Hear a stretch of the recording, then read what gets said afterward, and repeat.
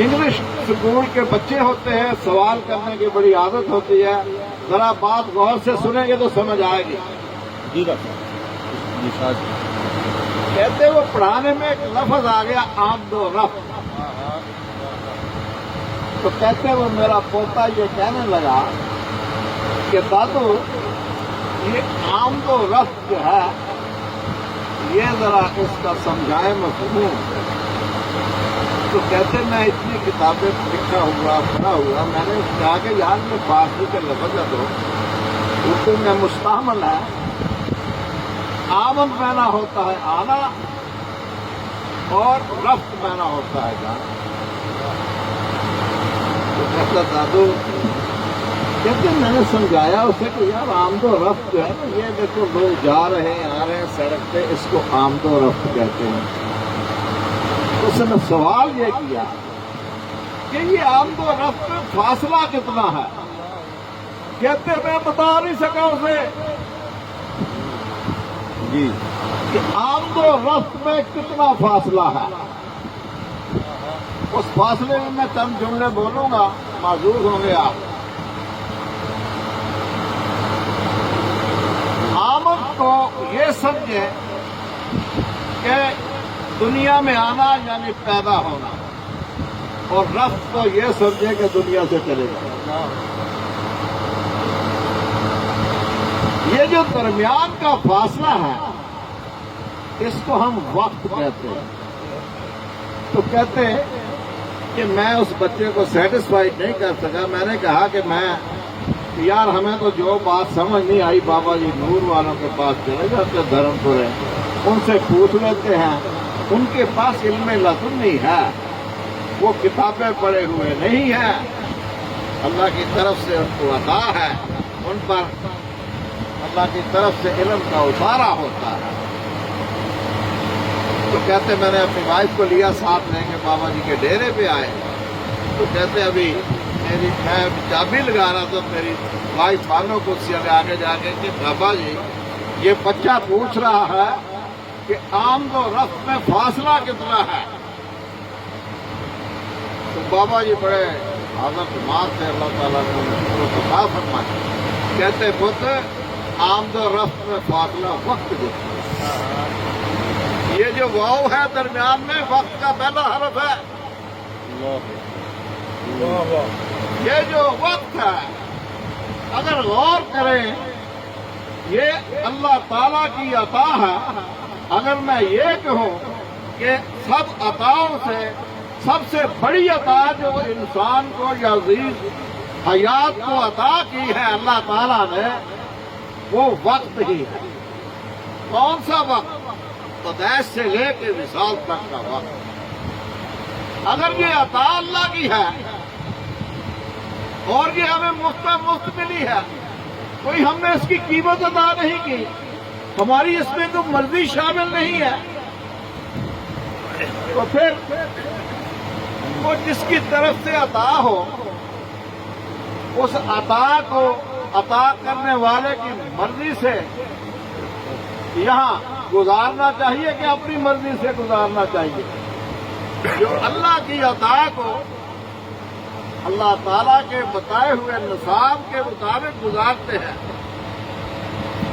وہ انہیں حکمہ نصیب ہو جاتا ہے، انہیں اللہ کی رحمتیں مل جاتی ہیں، اور ہم سب دنیا دار اپنی اپنی مرضی سے یہ وقت گزار رہے ہیں، اس لیے کسی کا وہاں حساب ہے۔ اللہ تو دوستو یہ وقت یہ اس پر پہلے بہت سے اکابرین بات کرتے رہے اور سوچتا ہے ہر شخص کہ یار یہ جو میں زندگی گزار رہا ہوں میں دنیا میں کس لیے بھیجا گیا، میں نے یہ وقت جو اللہ کی عطا ہے یہ کس طرح گزارنی ہے۔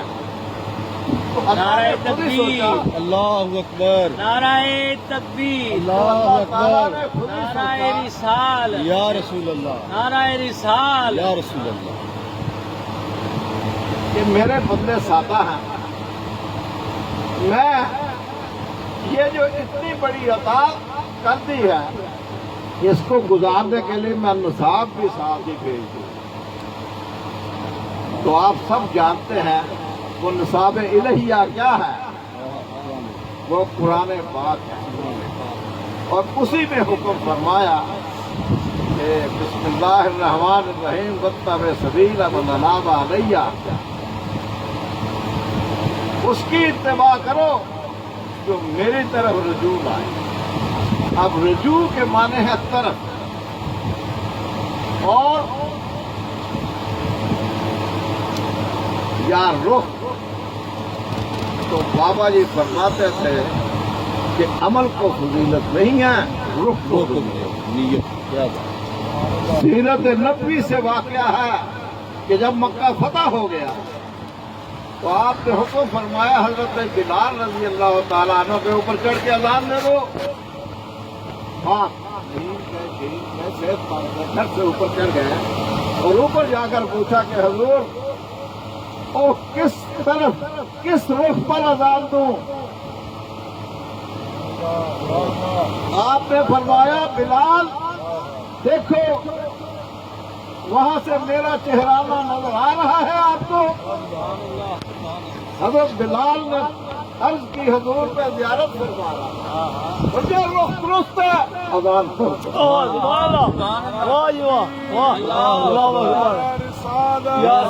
رخ کو فضیلت ہے، عمل اگر کم بھی ہو اور صحیح رخ میں ہو تو قبولیت ہو جاتی ہے۔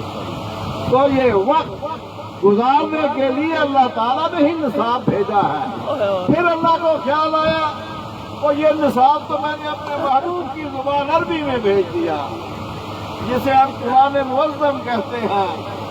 میں نے کہا اوہو، وہ اس پر عمل پیرا ہونے کے لیے ایک قرآن مجسم بھی میں بھیج رہا ہوں اپنے محبوب کو سبحان اللہ۔ کہ جاؤ میرے نصاب پہ وہ عمل کر رہے ہیں، آپ ان کی پیروی کرو اور میرے عطا کیے ہوئے وقت کو آپ صحیح گزار دو گے۔ تو دوستو، جو صاحبان لوگوں نے اس میں بڑی باتیں کی ہیں، اور ایک سید میرا بھیک ہوئے ہیں شاعر ہندی کے، وہ فرماتے ہیں، میں ذرا ترجمہ بھی کر دوں گا، ہندی نہیں سمجھ، کہ دن گھڑی، گھڑی کہتے ہیں وقت کو، ساتھ وقت، زندگی، میری زندگی میرا وقت، کون سا وقت؟ پیدائش سے لے کر وصال تک کا وقت دھن ہو گیا۔ دھن کہتے ہیں انمول ہو گیا، پریشیس ہو گیا، قیمتی ہو گیا۔ میرا وقت درست ہو گیا، دھن گھڑی اور دھن بھاگ ہمارے، اور ہمارے بھاگ بھی جاگ اٹھے۔ کیسے؟